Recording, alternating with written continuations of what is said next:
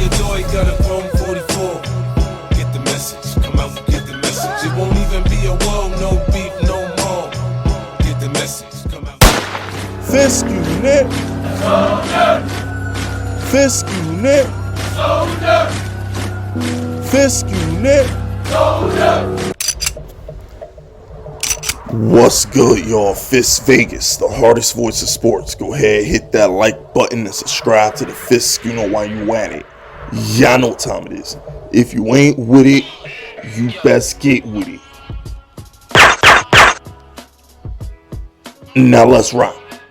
Listen, this is one of my last filler videos because the draft is pretty much getting close and it's time to start breaking down some important positions on the Giants. We need to talk about our running back, we need to talk about tight end, we need to talk about wide receiver, and we need to talk about my final mock draft for the Giants.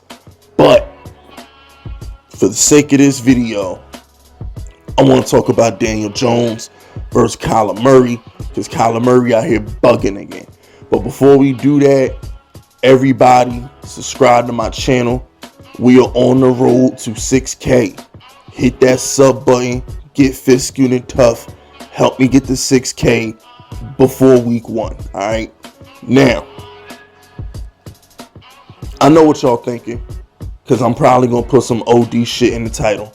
Knowing me, the title going to say Daniel Jones is better than Kyler Murray. Kyler Murray wish he was Daniel. I'm going to put something disrespectful in the title. But I mean it. I do. Because every time I see Daniel Jones, he's lifting a weight. Every time I see Daniel Jones, he's throwing a football. Every time a microphone's in front of Daniel Jones' face, he's taking accountability for the failures of this franchise. No matter how much Joe Shane and Brian Dable say we want to give him stability, he's had too many coordinators. No matter how much John Mara says we failed this kid, Daniel Jones still goes out there and takes responsibility. When Evan Ingram dropped the ball on Thursday Night Football, Daniel Jones said I should have threw it better. When Darius Slayton dropped the ball on Thursday Night Football, Daniel Jones said I should have threw it better. He don't throw his teammates under the bus. He never threw Jason Garrett and the coaching staff under the bus. Daniel Jones is a real man. He's an adult, and he takes responsibility for his actions, whether it's his fault or not. That's what franchise quarterbacks do. That's called leadership. To quote the Browns, that's called being a grown man.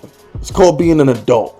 Unlike Baker Mayfield, unlike Kyler Murray, who can't accept responsibility for anything, the Giants are blessed to have a quarterback who takes all his shots and criticism like a man. You don't see Daniel Jones going on podcasts like Baker Mayfield and complaining about what he doesn't have and being betrayed by the front office. You don't see that. You don't see Daniel Jones tearing down Giants posts on his Instagram because he wants a new contract. You don't see these things.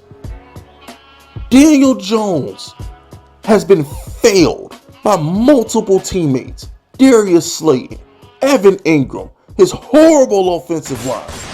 You never see him do what Kyler Murray did and say, why are y'all blaming me for a playoff loss? Kyler Murray went out and said, they trying to make me the scapegoat. They make it seem like it's all my fault we lost to the Rams. Daniel Jones is... Could you picture Daniel Jones saying that? Could you picture Daniel Jones going to the podium and saying, man, it ain't my fault we lost the game. These dudes can't catch. Could you imagine Daniel Jones going on Instagram and removing all his Giant stuff so he as a contract negotiation tactic? Could you picture Daniel Jones going on Twitter or going on a podcast and saying, man, I get an offensive coordinator every single year. It ain't my fault, man. They betrayed me. I know what I'm capable of. Y'all need to appreciate Daniel Jones, man. He's everything you want out of a franchise quarterback. Hell, he's everything you want out of the best player on your team. You want the best player on your team to always be in the gym. You want the best player on your team to always be at a college somewhere throwing footballs or something like that. I don't understand how anybody cannot love Daniel Jones. I just don't see it. The only 2 times I've seen Daniel Jones this entire offseason, he was either lifting weights, throwing up 90-pound dumbbells like they nothing, or he's at the podium taking responsibility for what's wrong with this franchise.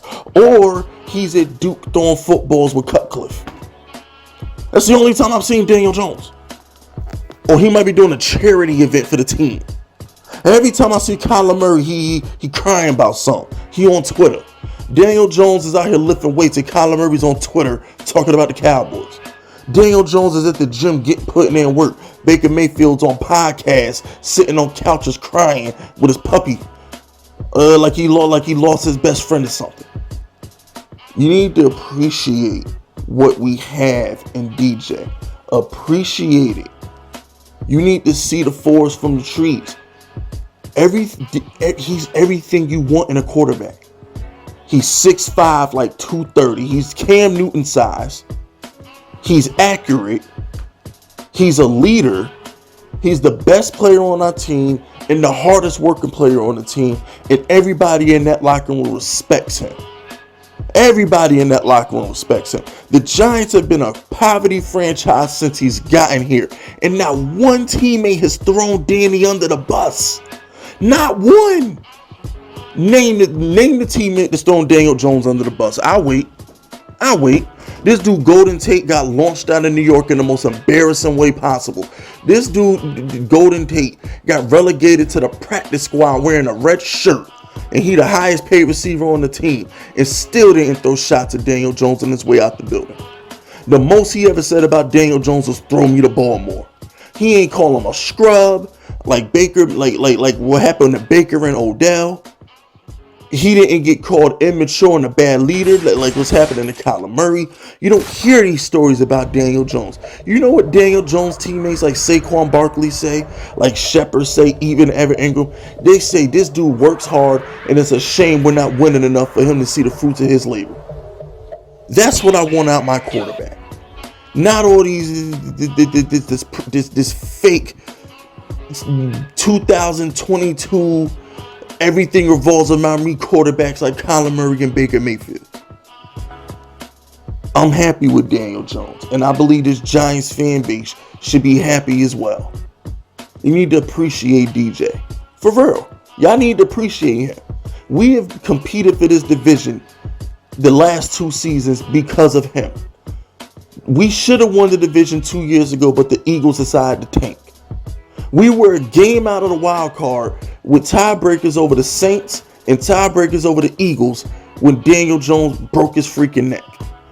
The last time Daniel Jones played, we beat the Eagles. Let that sink in. Weren't the Eagles a playoff team, Giants fans? Like, I rest my case.